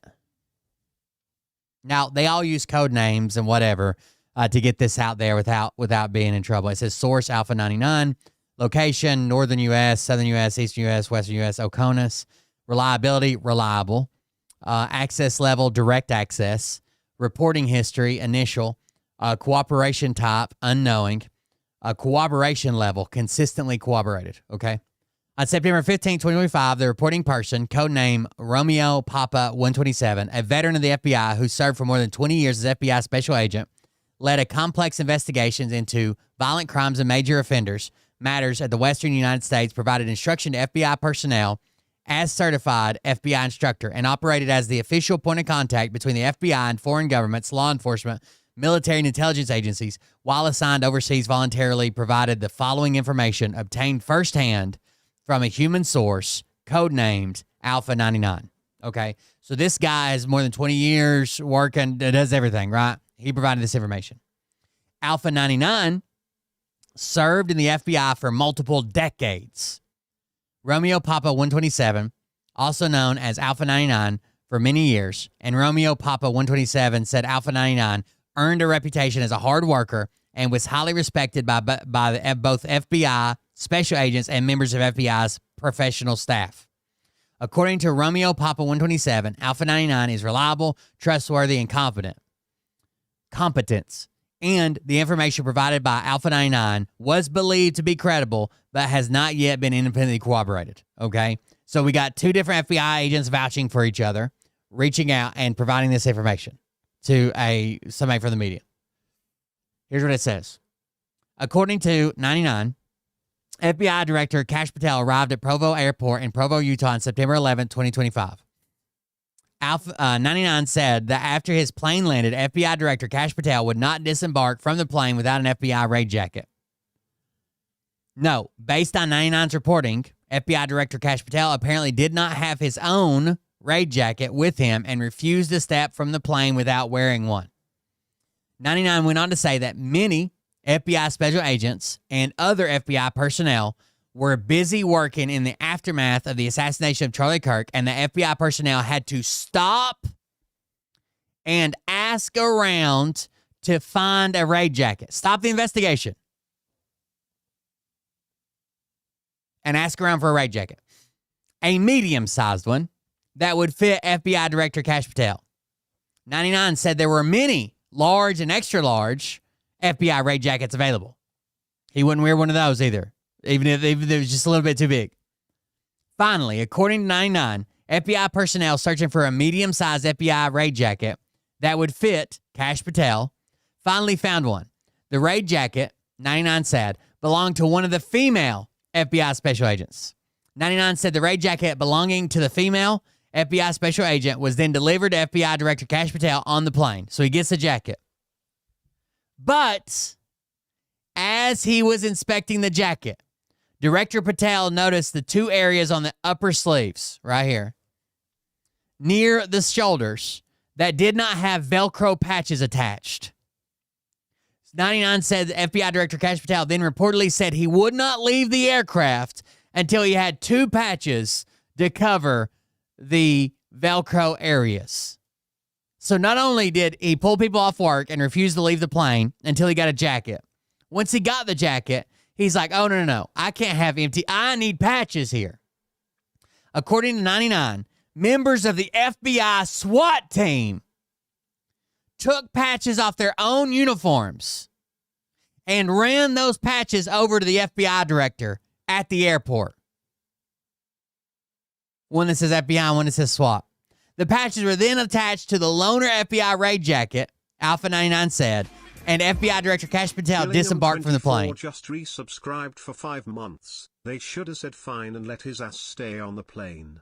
Yeah, for sure. Thank you for the resubscription. They should have. Holy fuck.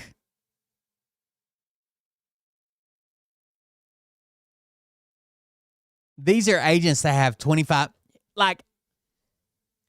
Kash Patel may not be the worst guy in the world, as far as trying to, do all these backroom deals and being bribed up. He's in over his head. The motherfucker looks terrified anytime something happens. And FBI agents are reporting that when he's walking around, he's just trying to avoid contact with anybody because he doesn't know what's going on. He's a podcaster, goddammit. He doesn't know what's happening. Found a female's jacket and gave it to him, and then he demanded the patches off of other people's jackets. He was throwing a tantrum because he wanted to be optically maximized, optically efficient, so he can go on camera and quote-unquote look badass. He wants to go on camera, have an FBI jacket, FBI badges. By the way, we have the All I Want for Christmas Are the Epstein Files merch on right now. All I Want for Christmas Are the Epstein Files. You can find the merch below this video in the description below. According to Alpha 99, this reads, FBI Director Kash Patel arrived at the Provo Airport in Provo, Utah on September 11th, 2025. This was the day after the assassination. Alpha 99 said that after his plane landed, FBI Director Kash Patel would not disembark from the plane without an FBI jacket. Okay, so he was already being arrogant, throwing a bit of a tantrum, being stubborn. Note, based on Alpha 99's reporting, FBI Director Kash Patel apparently did not have his own FBI raid jacket with him and refused to step out of the plane without wearing one. Alpha 99 went on to say many FBI agents were busy working in the aftermath of the assassination of Charlie Kirk, and that FBI personnel had to stop working and ask around. By the way, there's also a thing on here. We're super worried about what the FBI does and what they should be investigating, what they should be spending their time on. That even with the gigantic ICE budget and all these new ICE agents and basically a blank check and fucking missile launchers or whatever, that 20% of FBI special agents are either 20% of the agents or all the agents 20% of the time are working purely on immigration. That's insane. FBI should not be working on immigration. To find an FBI jacket, a medium-sized one that could fit FBI Director Kash Patel. Alpha 99 said there were many large and extra-large FBI raid jackets available. Finally, according to Alpha 99, FBI personnel searching for a medium-sized raid jacket that would fit FBI Director Kash Patel finally found one. The large ones wouldn't fit him. They were too big. That raid jacket belonged to one of the female special FBI agents. Alpha 99 then said the raid jacket belonged to the female FBI special agent, was then delivered to FBI Kash Patel on the plane, but when he was inspecting the jacket, Director Patel noticed two areas of the upper sleeves that did not have Velcro patches. Can you imagine this little whiny bitch? Basically I'm not leaving unless you get me some more patches. Attached, and the Velcro patches would read FBI SWAT. Alpha 99 said FBI Director Kash Patel then reportedly said he would not leave the aircraft until he had 2 patches to cover those areas. According to Alpha 99, members of the FBI SWAT team took patches off of their uniforms and ran those patches over to FBI Director Kash Patel. The patches were then attached to a loaner FBI raid jacket, Alpha 99 said, and FBI Director Kash Patel disembarked from the plane. I'm not gonna lie, I would rather Kash Patel do his work in like a tank top or some shitty hoodie than wasting 30 minutes of time interrupting the work of FBI agents in order to get a jacket from a female agent that he then places patches on because he wants to feel big and tough. This is such a show of ego that it honestly fits so perfectly in the Trump administration. Think about it. Trump's administration is full of people who only care about optics, only care about looking good on TV, don't care about the substance of what they're doing. So when Kash Patel lands, he throws an actual tantrum about not having an FBI jacket. And you can tell it's for optical reasons. He wants to look tough because he might have a little bit of little man syndrome where he's walking around always feeling like he needs to prove himself. And really quickly, I need everyone to understand that we are fighting every single day so this next administration isn't so aggressively, offensively incompetent. Call sheet right now shows that Governor Gavin Newsom is leading for the Democratic presidential nominee in 2028. Of course, this is subject to change. We do have a lot of time, but he is leading a lot. Under him, you see AOC and Kamala Harris, both also good candidates. But right now, we need to focus on having an administration that can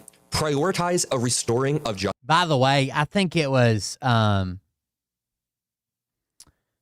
they were talking about Kash Patel's travel and some of the things he did, and like going to this golf resort with some Navy SEALs and some people he barely knew in Scotland or some shit.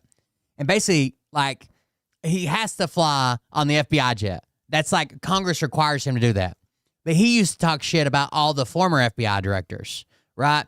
And the last FBI director, the entire time he's FBI director, only took 10 trips. 10 trips that had to be reimbursed because they were personal. That's it. Kash Patel's already taken 10. Already taken, I think it's like 18 or something right now. Like, what the fuck?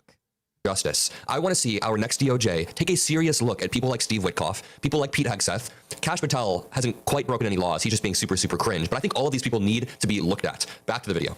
This is a 115-page report coming from 24 FBI sources that are highly respected, multiple sub-sources coming from within the FBI, and verified anecdotes to illustrate troubling themes that have been seen by many FBI agents. The case of a medium-sized jacket is just one example of many. That's the example that I just read, of course. And this is a legit document. This is a legit. Kash Patel, after the DC shooting, when the suspect was in custody, right, had been shot, they saved his life, he was in custody, was like, we're going to mobilize a manhunt and find whoever did this. Like, what the fuck? As if it's an FBI report. So it's written 115 pages as if it's a scathing analysis of somebody's job. Because it is, but it's just their director. And this isn't a report that was actually commissioned. They just realized, holy shit, things are getting so bad, we need to write a report about Kash Patel. This report, prepared by a group of active duty and retired agents and analysts, blasted his leadership as dismal and warned that the FBI has become all fucked up and a rudderless ship under his guidance. Sources described Patel in particular as insecure and in over his head. Honestly, you can kind of see the insecurity dripping off of him. And I'm not even saying this to like be mean or to rag on him. This is beyond politics. I see videos of Kash Patel and I see the way that he speaks, and it reminds me of people in high school that always had something to prove. Someone just said, I don't mind that FBI Director Kash Patel had to wear a women's size medium jacket to cosplay as someone in charge. I just wish he'd focus on stopping the rampant domestic terrorism happening on his watch. And then Kash Patel responded to that tweet and says, I was looking for a youth large. Domestic terrorism arrests are up 30% this year. Impressive considering I spent 0 days dating a Chinese spy named Fang Fang. Where should I send your women's medium for date night?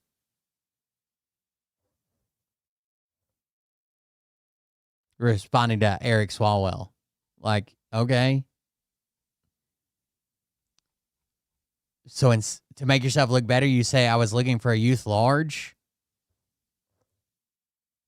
Prove. Always had something to prove to the people around them. And it's like, dude, you would be a lot more cool if you weren't always trying to prove how cool you were. Kash Patel gives me those same vibes. And I think this story that we just read actually shows that. He wants to be seen as cool. Listen, everybody wants to be seen as cool. But when you're the FBI director, you got to have the self-awareness to prioritize your work rather than being seen cool. I think everybody wants to be cool, I guess, but Kash Patel, it comes at the expense of his work. The report, which comes just days after Trump was forced to deny rumors that he's planning to fire Kash Patel, calls the FBI director out for undermining the investigation into right-wing activist Charlie Kirk's killing by sharing too much information too soon. Patel is described by sources as fixated on his personal image. In one case, allegedly ordering a polygraph test in a bid to root out FBI personnel who criticized him. Okay, that's beyond. We heard about this, where he was polygraph testing anybody that may not like him, basically. Ego. That's paranoia. He is paranoid that people are trying to criticize him. He gets that from Donald Trump, by the way. The idea that you can just, shit on people, polygraph people, fire people if they dissent or criticize you. I'm going to leave it there. We clearly have some problems at the highest level of our government. And if you want us to continue breaking this down with facts, with truth, and with brevity, then subscribe below. I love you all. Peace out.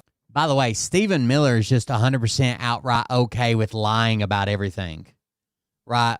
He says the Democrat Party via Biden-Harris terrorist administration devised a scheme to import illegal aliens into the country by millions, granting them parole, which gives them work permits, which gives them social security numbers, which gives them access to the voting booth. That's not true, right? You still have to register to vote, you fucking retard.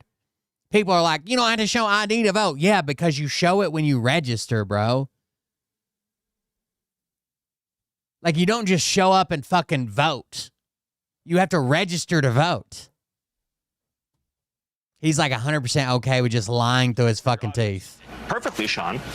This was not a loophole. The Biden administration, Secretary of Homeland Security, Alejandro Mayorkas, devised a scheme to fly illegal aliens into the country and then to escort them en masse across the border by the millions and to give them something known as parole, which gives them a work permit, which gives them a social security number, which gives them access to the voting booth. This was the plan all along, to get them here illegally so they can get free government benefits, get hooked to welfare, and be able to participate in American elections. This was an attack on democracy by the Democrat Party. It's the same attack that we see, Sean, when you have California, a sanctuary state, that is refusing to turn over. Yes, Kash Patel, a lot of textured people around him. Members to ICE. So these are illegal aliens in California who have been arrested by California police, by California law enforcement for serious crimes, for crimes against children, for felonies, for crimes that threaten public safety, and they are refusing to hand these criminal illegal aliens over to ICE. Instead, they're freeing them back into the cities to offend and offend again. By any definition, what California is doing is criminal. It is a violation just lying of our laws. It is one of the most heinous things that I have seen in my entire... It's heinous, you idiot. Heinous. By the way, here's that picture. See his flip out FBI thing? See his patches he refused to come out? A women's medium.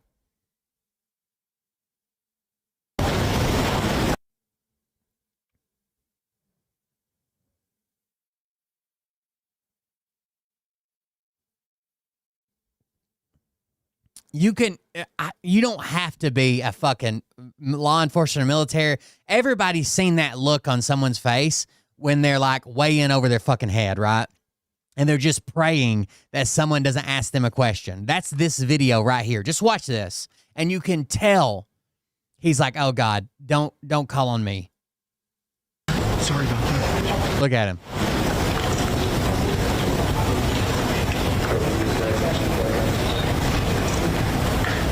It looks like when people put on a security t-shirt and sneak into the back of a fucking concert, dude. Look at him. Sorry about that. What are we doing here, guys? What's going on? What? Who's that guy? Am I okay here? Should I move? Hi, everybody. Sorry about that.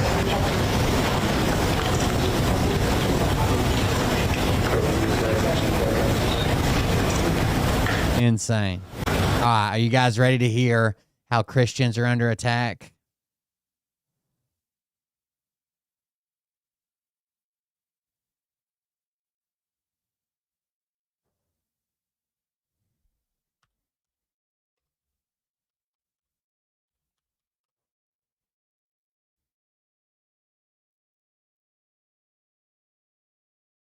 It's bad. I'm going to go ahead and tell you. It's basically, I mean, like, you could consider this like the, beheading of Christ himself, basically. I can't believe this is happening in America. I just can't. OU student says essay grade was a violation of her rights. A University of Oklahoma student studying psychology says the failing grade she received on an essay where she cited the Bible was a violation of her right to free speech. In her essay, which it was in response to an article about how people are perceived based on the societal expectations of gender, Junior Samantha Fulnecki wrote that traditional gender roles should not be considered stereotypes. according to an earlier Oklahoman report. She cited the Bible to support her stance that eliminating gender in society would be detrimental because that would put people further from God's original plan for humans. She received 0 points out of the 25 on the essay. The instructor said Fulnecki failed to use empirical evidence and called parts of her essay offensive. Fulnecki noted that the assignment did not require students to cite empirical evidence and said she believes OU policy protects free speech even if some people find it offensive. Fulnecki believes she was failed because she cited the Bible. Quote, to be what I think is clearly discriminated against for my beliefs and using freedom of speech, and especially for my religious beliefs, I think that's just absurd, Fulnecki told the Oklahoman. OU announced it had placed the graduate instructor on administrative leave. So OU is going to support her in this, of course. Now, again, she was instructed to use empirical evidence.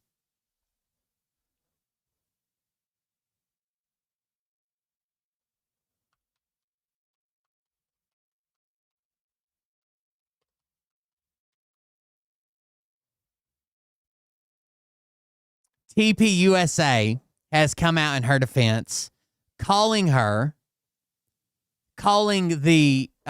two different professors graded this paper, both of them agreed, calling them mentally ill. Calling them mentally ill.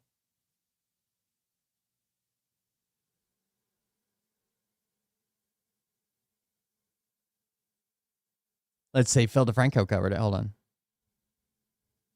As a kindred spirit. But then, next up in the news, I'm very interested to know your thoughts here. College essay just got an instructor suspended, and it's now sparked a national fight over whether we're looking at a free speech crisis or it's just a terrible paper. With the University of Oklahoma, you have this student, Samantha Fulnecki, and she's studying psychology. And in one of her psych classes, she was tasked with writing a reaction. By the way, would it be relevant that her mother is a Moms for Liberty internet influencer? And it seems like this whole thing was a setup. Paper regarding societal perceptions of gender. And Samantha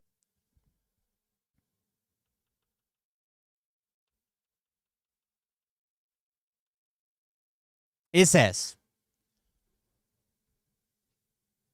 you must write a 650 words body of text, double-spaced, reaction paper demonstrating that you read the assigned article and includes a thoughtful reaction to the material presented in the article. Points would be deducted when papers are deficient in any of these areas. I would deduct 10 points if your paper is between 620 to 649 words, and I will not give credit for papers under 620 words. Papers not turned in by the deadline will not receive credit. Also, so her mom is a Moms for Liberty internet influencer. The professor identifies as trans. Please remember that your reaction paper should not be a summary, but rather a thoughtful discussion of some aspect of the article. Possible approaches to the reaction papers include a discussion of why you feel the topic is important and worthy of study or not, an application of the study or results to your own experiences, an application of the study or results to the observations about others' behaviors, linking the objectives or findings from the assigned article to other domains of development or other findings that we read about or discuss in class, a suggestion for further studies or experiments that might help researchers better understand the topic being studied, alternate interpretations of the researcher's findings, a discussion of how development in this domain might proceed differently at other developmental stages, your thoughts about how development proceeds in the domain being researched in the article. There are other possibilities as well. The best reaction papers illustrate that students have read the assigned materials and engaged in critical thinking about some aspect of the article. Formatting required 12-point Times New Roman or Calibri font, 1-inch margins on all sides. Grading. Reaction papers are graded on a 25-point scale and are evaluated based on the following. Does the paper show a clear tie to the assigned article? 10 points. Does the paper present thoughtful reaction or response to the article rather than a summary? 10 points. Is the paper clearly written? 5 points. And the article link is Gender Typicality, peer relations, and mental health. Conceptions of gender. In Samantha's paper, it heavily referenced God and the Bible to make a case for why traditional gender roles are important. Then, out of a possible 25 points, you had Samantha getting a 0, and there you had the instructor writing, I am not deducting points because you have certain beliefs, but instead, I am deducting points for you posting a reaction paper that I am not deducting points because you have certain beliefs. But I'm instead deducting points for you posting a reaction paper that does not answer the questions for the assignment, contradicts itself, heavily uses personal ideology over empirical evidence in a scientific class, and is at the times offensive. What was the offensive part? She called people that have, I guess, different genders demons. Hold on just a second.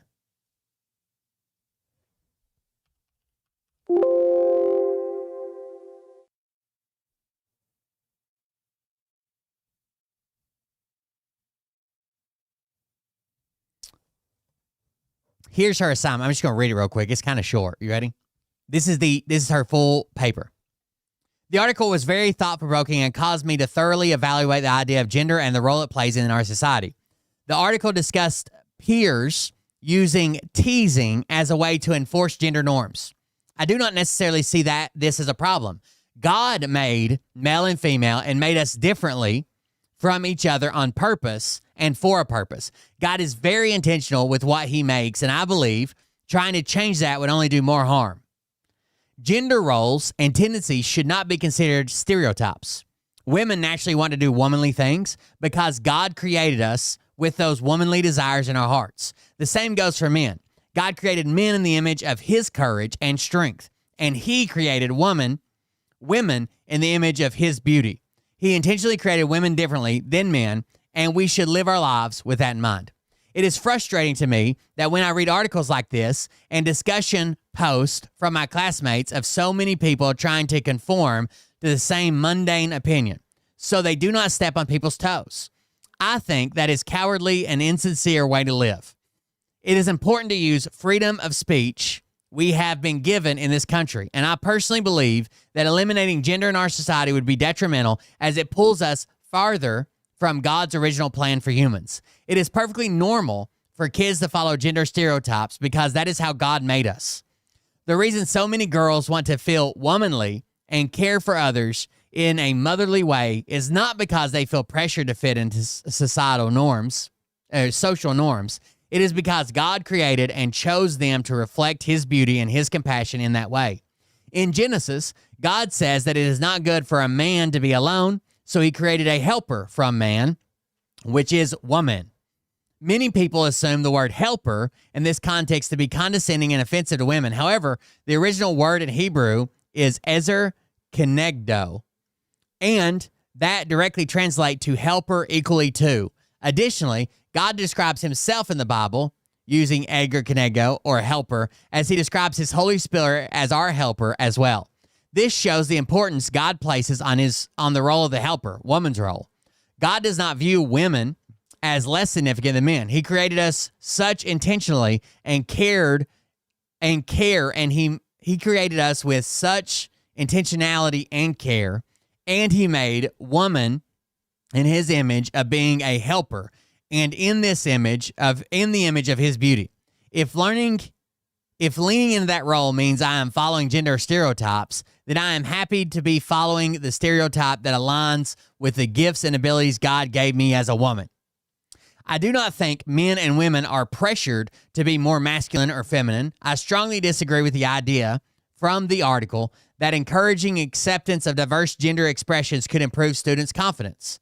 Society pushing the lie that there are multiple genders and everyone should be whatever they want to be is demonic and severely harms American youth.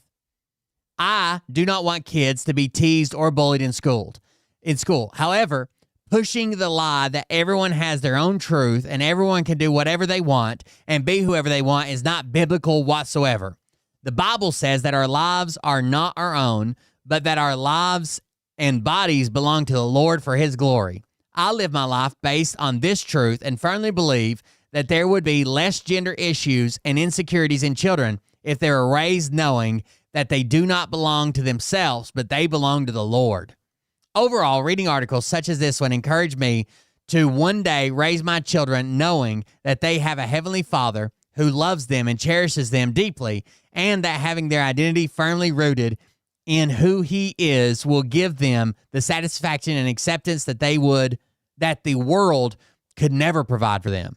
My family, my prayer for the world, and specifically for American society and youth, is that they would not believe the lies being spread from Satan and from Satan that make them believe they are better off as another gender than what God has made them.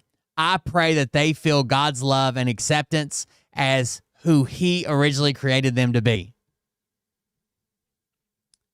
For a psychology class.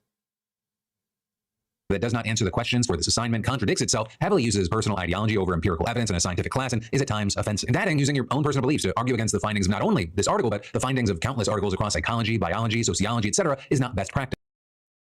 But using your own personal beliefs to argue against the findings of not only this article, but the findings of countless articles across psychology, biology, sociology, etc., is not best practice. Well, the second instructor for the course also backed that grade up. So here's a second professor. Says, Samantha, I am the other instructor for this course, and I have also taken the time to read your paper. I concur with blank on the grade you received. This paper should not be considered as a completion of the assignment. So two separate, the first one said, hey, I've got a student who's got an issue with their grade. Would you mind reading over this? Nope. Samantha, she wasn't happy with this and argued that her free speech rights were violated. So she reportedly filed a discrimination complaint and grade appeal with her telling the Oklahoman to be what I think is clearly discriminated against for my beliefs and using freedom of speech, and especially for... And immediately went to the media with her mother, of course. I think that's just absurd. In this story, it really took off when the school's Turning Point USA chapter posted about it, and they claimed that the instructor who gave the grade was trans, with them writing, we at Turning Point OU stand with Samantha. We should not be letting men... Right, in this story, it really took off when the school's Turning Point USA chapter posted about it, and they claimed that the instructor who... For a psychology course at the University of Oklahoma, Samantha Fulnecki was asked to write a 650-word essay. So Turning Point USA come out in full force, and they're calling them mentally ill, by the way.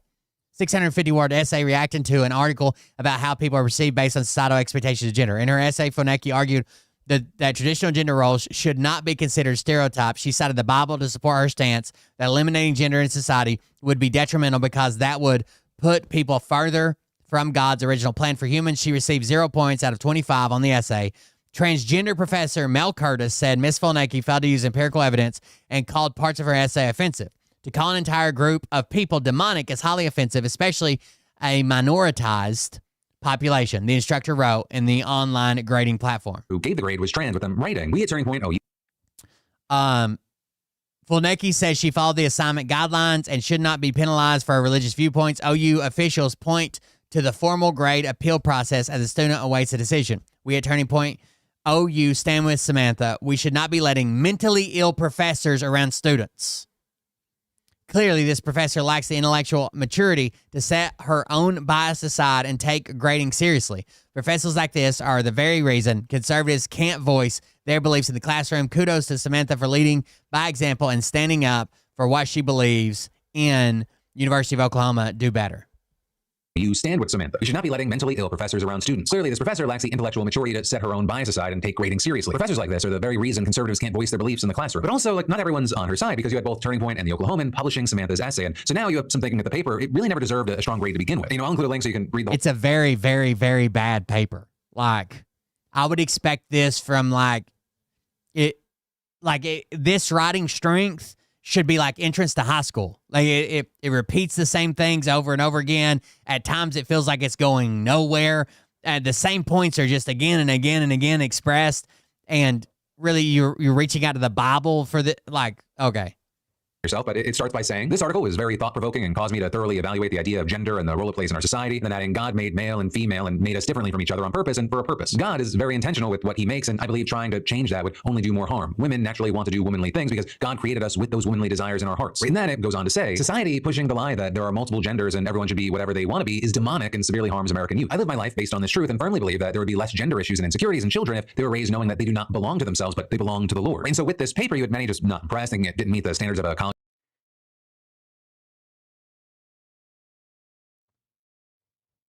It's bad. level psychology class, and they ended up siding with the professor's grade. As TPSA considers that Samantha is incompetent at writing, you can't hand in an essay with a dozen "I believe" and no citations. In justification for it. And there you had some arguing that right-wing is a total misrepresentation. She should not be fired. Right-wing cancel culture has gone off the rails. That's true. cancel culture has gone off the rails. With some saying that Remember when J.D. Vance was like, these people should be fired. Report them to their place of employment. it feels like she wrote a bad paper on purpose to get the attention. She 1,000% wrote this wanting to be failed so she could run to TPUSA and have them defend her on the internet. That is TPUSA's only purpose. Even when Charlie Kirk was alive, they had that fucking list of professors that they doxed. Of TPUSA and turn this into a whole culture war thing. But again, Samantha had a ton of people in her corner. I mean, the situation even got the attention of the governor of Oklahoma, who wrote, First Amendment is foundational to our freedom and inseparable from a well-rounded education. He's adding, the situation at OU is deeply concerning. I'm calling on the OU regents to review the results of the investigation and ensure other students aren't unfairly penalized for their beliefs. And yesterday, you had the school releasing a statement saying that the instructor in question had been placed on leave. As well, the school didn't name. Yes, she's probably going to lose her job because of Oklahoma doesn't, deep red, they want to do their thing and not get a bunch of controversy and have TPUSA and doxing and bomb threats. She's probably going to lose her job. Samantha or anyone involved, it did say that it takes First Amendment rights seriously and began a full review of a student's complaint. Then with that, saying that the school has been in constant communication with the student over her grade appeal and adding that the process resulted in steps to ensure no academic harm to the student for the graded assignments. And then regarding the discrimination claim, you had the school noting that the graduate student instructor had been placed on leave, and noting a full-time professor serving as the course instructor for the remainder of the semester, and then adding that the school is committed to fairness, respect, and protecting every student's right to express sincerely held religious beliefs. They've already put a different professor in place. To ensure fairness in this process, a full-time professor is serving as the course instructor for the remainder of the semester. Professor is serving as the course instructor for the remainder of the semester, and then adding that the school is committed to fairness, respect, and protecting every student's right to express sincerely held religious beliefs. So then all of that, it opened up even more backlash from people who thought that the instructor was totally fair in the grading process. Or people saying that the paper deserved a bad grade, and then it's also opened up. I think she even did a good job explaining why you got this grade. Like, you're reaching out to the Bible. It's not very well written. You didn't really engage with the assignment. A larger conversation. You're arguing against this entire body of work, but all you're citing is the Bible. Politics, religion, and education, and how these ideas have really been clashing lately. And with that, you had some saying things like, one of the many problems Charlie Kirk made significantly worse was convincing some of the least intelligent, thoughtful, qualified students that they could just say, well, the Bible says, and then proceed to misquote or not even cite the Bible and get out of doing their homework. That Kirk comparison, it ends up being interesting here, not just because of how involved TPUSA is in this situation, but also because, there are a ton of these educational clashes becoming more prominent following his death. There were tons of people who were fired or faced some form of disciplinary action over comments that they made about him, and educators were especially impacted by. Her mom is a Moms for Liberty online influencer. Right, and in recent weeks, there have just been tons of headlines about teachers taking legal action and suing because of those firings. It doesn't feel like this space is going to calm down for a number of reasons, including, you've had some pointing to the fact that TPUSA actually has a professor watch list to, quote, unmask radical professors. And there you had one of the professors on that list previously saying to NBC News, when you step in the classroom, you might as well be in the studio. People are going to record what you're saying. They may publish it, they may take it out of context, they may share it with your enemies. Anything can happen now, and it frequently does. But also, I'll say the impact, it goes further than just kind of the cancel culture element here, because you have things like in Ohio, the House there actually passed the Charlie Kirk American Heritage Act, which, quote, works to preserve the ability for educators to discuss the positive impact of religion on American history. And there you have critics saying that as legislators using Kirk's death to insert Christianity into the classroom. But with that, I'll also say you can't pin everything here on like Charlie Kirk or TPUSA because she's also the mom. Her name is what's her name? Christy Fulnecki. She's a Moms for Liberty. She's one of those school board fucking crazy parents. The video calling out trans people. She also did pro bono work to defend the J6 riders. Not the case. There have long been attempts to kind of intervene in the classroom, especially from the right. Right? If anything, this feels like kind of just the latest chapter of it. As we wait to see how this plays out, I would love to know your thoughts, opinions, and reactions. Right? Do you think what the professor did there, the grade, that was fair? Is it a free speech violation? Any thoughts at all? And then we're going to dive into more in just a minute. But first, let me say, it is still technically fall here, and it's stacked with football, basketball, hockey, concerts like Jonas Brothers, Lorde, John Party, and more. It's all happening, and we've been giving out $500 every week for over a year thanks to our sponsor at SeatGeek. And somehow, some of y'all still haven't entered for free, which feels crazy because it's been awesome seeing so many beautiful bastards win. So there you go. Again, every time Christians are under attack, they're not really under attack. They just want to throw it up. They did it because I said God, and they're demons. They hate God. That shit's just fucking insane, dude. Insane.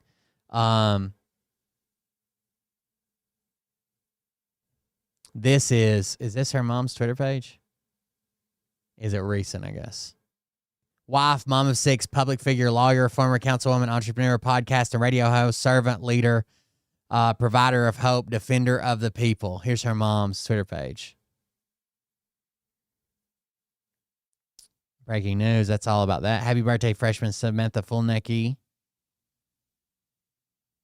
More about that. Individuals.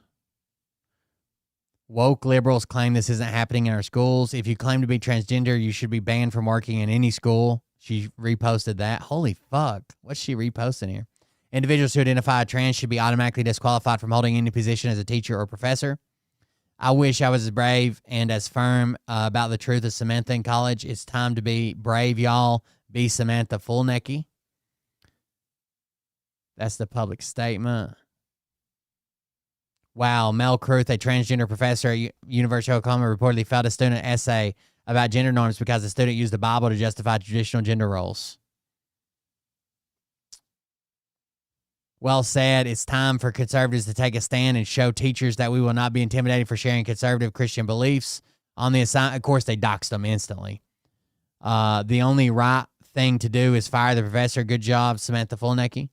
This is grossly unacceptable, has failed miserably. Oklahoma has failed miserably yet again to address the malignant DEI cancer that has metastasized across every department. I'm a philosophy professor who grades essays like this all the time, empirical or non-empirical. Samantha did nothing wrong. I pray that Samantha gets justice and that the instructor is disciplined.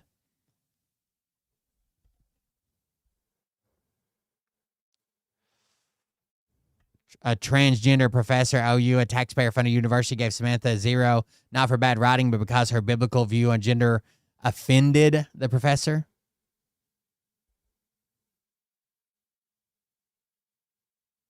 Happy Independence Day from the Fulneckis.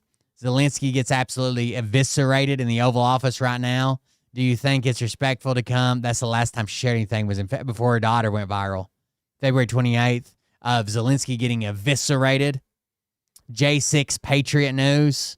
Updates on the attorney J6ers. Add your grades in the comments below. She's tagged in this, I'm sure. There it is. 5 stars for J6 attorneys. The J6 hostages will go down as the most persecuted domestic political prisoners in history. Biden's DOJ destroyed their lives. Those of us attorneys who represented them had our hands tied in federal court in D.C. Thank you, President Trump. The people's president is back. Time to start winning. Her mom's a disgusting piece of shit as well.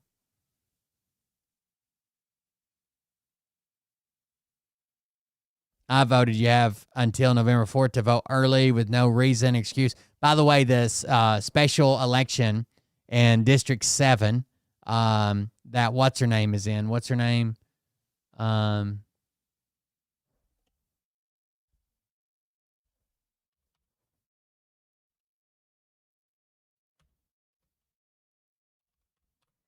The Nashville, Afton Bain.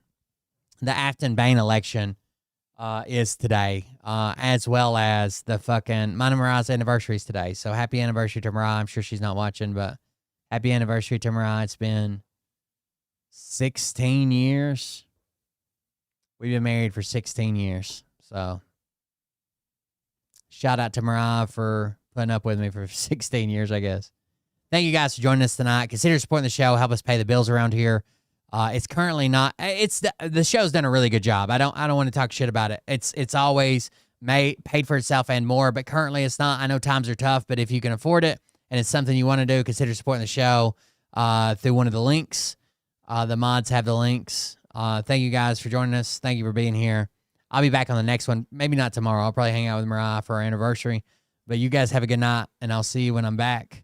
Yeah. Thank you all for hanging out with me tonight. Listen to me complain. Christians are not under attack. Happy anniversary to Mariah. We'll see you around the next one. Have a good night. Love you. See you. Bye.